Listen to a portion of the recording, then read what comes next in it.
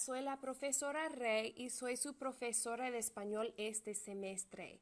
And I wanted to talk to you a little bit about our class. We are an online class, so that means more than likely I am not going to see you guys very much. Okay. And so you're going to need to come to Moodle. Moodle is where our classroom is going to take place. And if you look in Moodle, at our top block, I give you all of my information. I tell you who I am, where I'm located, and my email, my phone number, etc. As for my office hours, because this is a summer class, I'm not coming into the office regularly, so I would prefer to meet by appointment only, so you will need to send me an email requesting a time to meet. Additionally, I've given my phone number, but because I'm out of the office, I would prefer you guys to send me an email.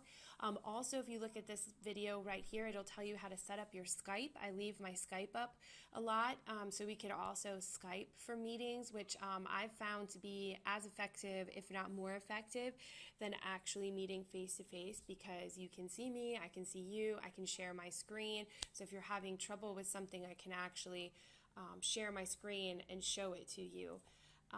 So anyway, but I will come into the office. I just need you guys to make an appointment for me to come in and see you.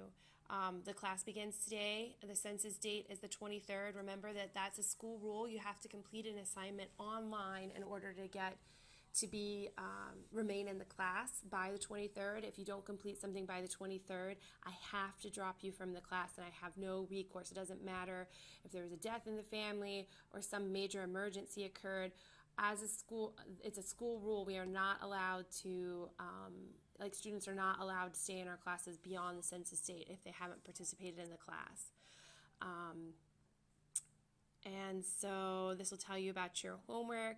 I do check that most of your homework is going to be due on Thursdays before midnight. However, this first week, because we're getting started today, you will have until the 22nd. And then the only other week that you will not have homework, that you'll have something in addition to something due on Thursday, is the very last week. I will have you turning in your work for the week on the Thursday and then doing the final by that Friday. This is a picture of our book.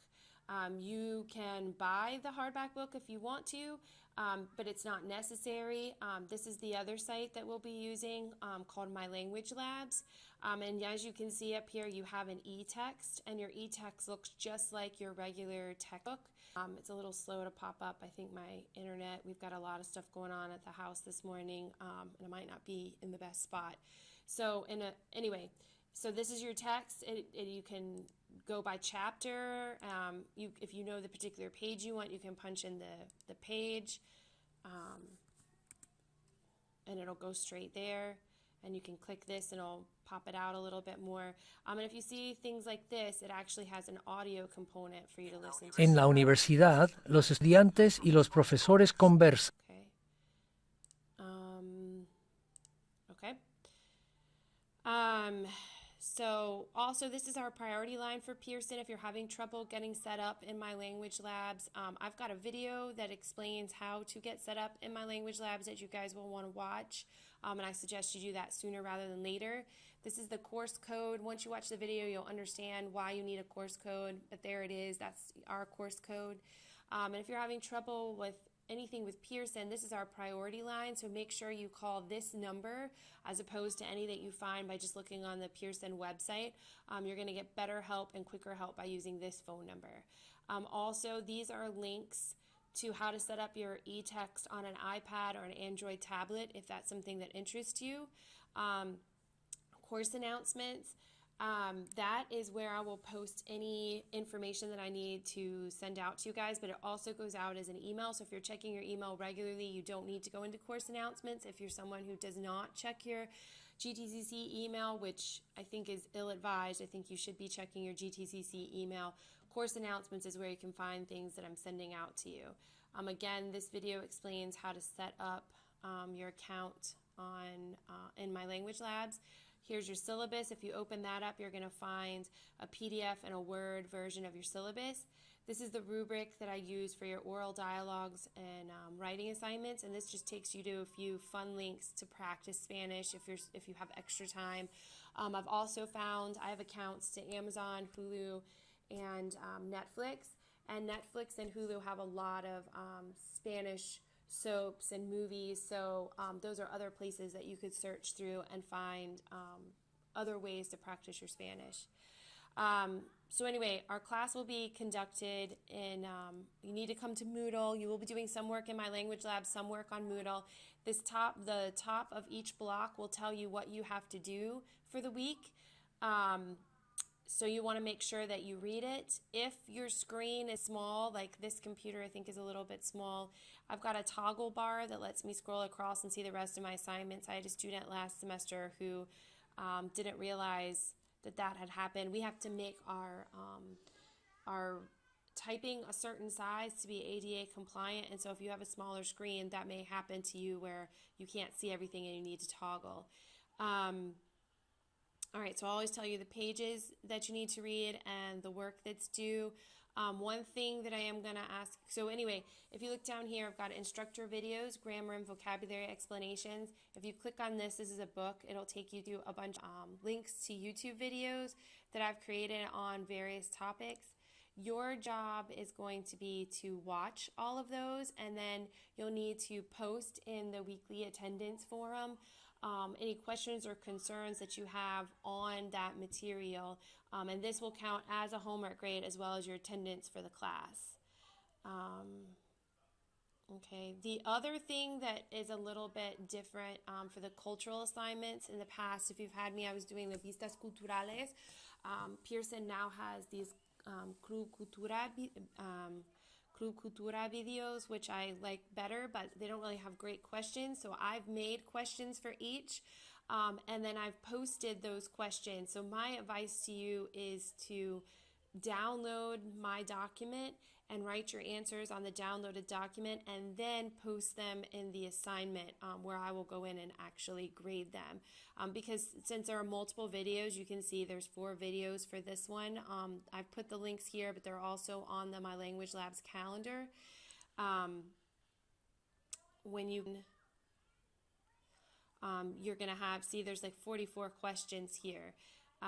And so you might just want to have your answers written out so you can more quickly go through this assignment. I don't have a limit on the attempts that you can do for this particular assignment. It doesn't count as a test or a quiz.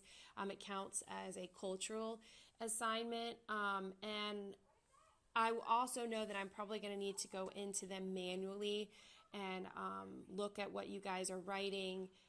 Given that some of these are short answer, and I'm not sure if Moodle will give you complete credit unless you have it exactly the way I have it worded. So I do know that, so just be aware, if you don't get the best grade on one of these assignments, that after they're due, I'm going to go back in and make adjustments. So you might want to double check your grades a few days later after completing the assignment. I've also, if you've had me before, changed my reading comprehensions. Before they were all in my language labs. I now have them here. This one you do get one attempt, and it'll give you a certain amount of time in which to complete it. And I think that's pretty much it. So if you have any questions or concerns, feel free to email me, Skype me, and I will try to answer, try to address any questions or concerns that you may have. Oh, one other thing.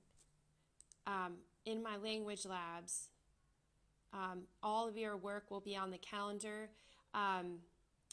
But remember, if you've had me before, you know this. I put more work on your calendar than is actually assigned. So if you go out here for your first week, you'll see that all that I asked you to do in my language labs are these various SAM activities. But if you click on the calendar, you'll see that there's the SAM activities, but then you'll see some extra practice activities. You'll see some grammar tutorials. There's some more SAM, some more grammar tutorials, vocabulary tutorials. These things that are not on your calendar in Moodle, but are on calendar in my language labs, are not required assignments. They're extra stuff that I think might help you, but I am not making it so that you have to do them. They're just there in case you want to do them. So if we run across, let's say we're doing Sarah and a Star, and that's something that's difficult to you, you may want to look at some of the Sarah and a Star tutorials or do Sarah and a Star extra practice activities, but they are not required activities. I'm not giving you a grade for that stuff. I'm just making it available for you if you need additional resources. Okay, so make sure you're always checking Moodle so you're not doing extra work that you maybe don't need to do or that you maybe don't have time to do. And also up here, there's a glossary, so you can look up words in your glossary, and there's a verb chart that'll help you conjugate verbs if you're doing a writing assignment for me.